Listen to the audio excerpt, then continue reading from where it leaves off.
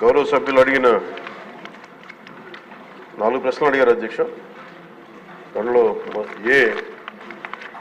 14 మరియు 15 ఆర్థిక సంఘం నిధుల కింద 2019, 2020 నుండి 2023-24 వరకు కేంద్ర ప్రభుత్వం నుండి విడుదలైన మరియు గ్రామ పంచాయతీలకు విడుదల చేసిన మొత్తాల వివరాలను సంవత్సర వారీగా తెలియజేస్తారని. అధ్యక్ష, సంవత్సరాల వారీగా గ్రామ పంచాయతీలకు 14 మరియు 15 ఆర్థిక సంఘం ద్వారా 2019, 20 నుండి 23-24 వరకు విడుదలైన గ్రాంట్ వివరాలను ఈ విధంగా తెలియజేస్తున్నాం అధ్యక్ష. 14 ఆర్థిక సంఘం 2019-20 ఆర్థిక సంవత్సరంలో కేంద్ర ప్రభుత్వం ద్వారా విడుదలైన మొత్తం 2,336,56 అధ్యక్ష.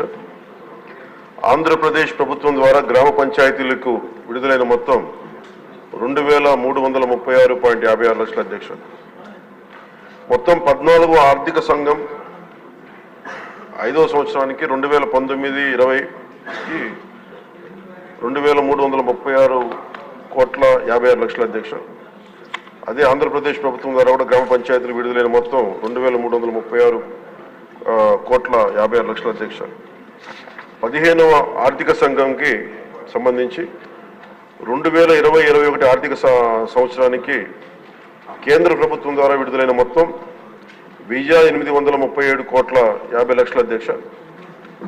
ఆంధ్రప్రదేశ్ ప్రభుత్వం ద్వారా గ్రామ పంచాయతీలు విడుదలైన మొత్తం 1,837,50,00,000 అధ్యక్ష. 2021-22కి 1,338,52,00,000 అధ్యక్ష.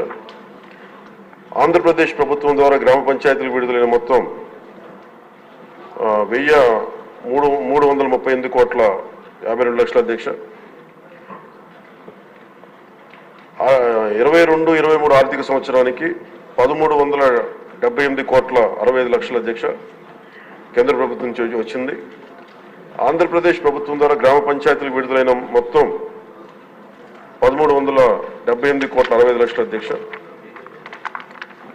23-24 ఆర్థిక సంవత్సరానికి సంబంధించి కేంద్ర ప్రభుత్వం ద్వారా విడుదలైన మొత్తం 1,392,69,00,000 అధ్యక్ష. ఆంధ్రప్రదేశ్ ప్రభుత్వం ద్వారా గ్రామ పంచాయతీలు విడుదలైన మొత్తం 696,41,00,000 అధ్యక్ష. మొత్తం 15 ఆర్థిక సంవత్సరానికి సంబంధించి మొత్తం 15 ఆర్థిక సంఘం 5,947,36,00,000 విడుదల చేసింది అధ్యక్ష. ఆంధ్రప్రదేశ్ ప్రభుత్వం ద్వారా గ్రామ పంచాయతీలకి విడుదలైన మొత్తం 5,251,8,00,000 అధ్యక్ష. ఈ 14 మరియు 15 ఆర్థిక సంఘం వెరసి మొత్తం 8,283,92,00,000 విడుదల చేశారు అధ్యక్ష. ఆంధ్రప్రదేశ్ ప్రభుత్వం మటుకు 7,587,64,00,000 విడుదల చేశారు అధ్యక్ష గ్రామ పంచాయతీలకి. కేంద్ర ప్రభుత్వం ద్వారా విడుదలైన మొత్తంలో ఇంకా 696,28,28,00,000 ఆంధ్రప్రదేశ్ ప్రభుత్వం ద్వారా గ్రామ పంచాయతీలకి ఇంకా విడుదల కావాల్సింది అధ్యక్ష. ఈ రెండో ప్రశ్నకు అధ్యక్ష, నిధుల నిలిపివేత కారణంగా గ్రామ పంచాయతీలకు ఎదుర్కొంటున్న ఇబ్బందుల విషయాన్ని ప్రభుత్వం గుర్తించిందని గౌరవ సభ్యులు అడిగారు అధ్యక్ష. గుర్తించాం అధ్యక్ష. సకాలంలో నిధులను విడుదల చేయనందున ప్రభుత్వం ఈ కింద సమస్యలను గుర్తించింది.